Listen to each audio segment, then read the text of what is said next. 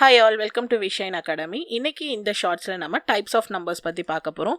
So first type என்ன அப்படின்னு சொல்லி பார்த்தீங்கன்னா prime number. So prime number அப்படின்னா என்னன்னு பார்த்தீங்கன்னா அது ஒரு நேச்சுரல் நம்பரா இருக்கு.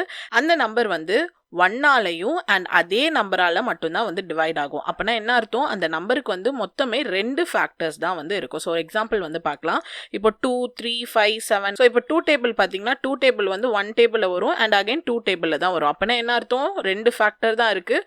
ஒன்று வந்து 1 இருக்குது அண்ட் இன்னொன்று வந்து சேம் நம்பராக இருக்குது. ஸோ இந்த மாதிரி வரதை தான் நம்ம என்னன்னு சொல்லுவோம்னா ப்ரைம் நம்பர் அப்படின்னு சொல்லுவோம். ஸோ அதுவே கோ ப்ரைம் நம்பர் அப்படின்னா என்ன அப்படின்னு சொல்லி பார்க்குறோம். ஸோ கோ ப்ரைம் நம்பரை நம்ம ரிலேட்டிவ் ப்ரைம் அப்படின்னும் சொல்லுவோம்.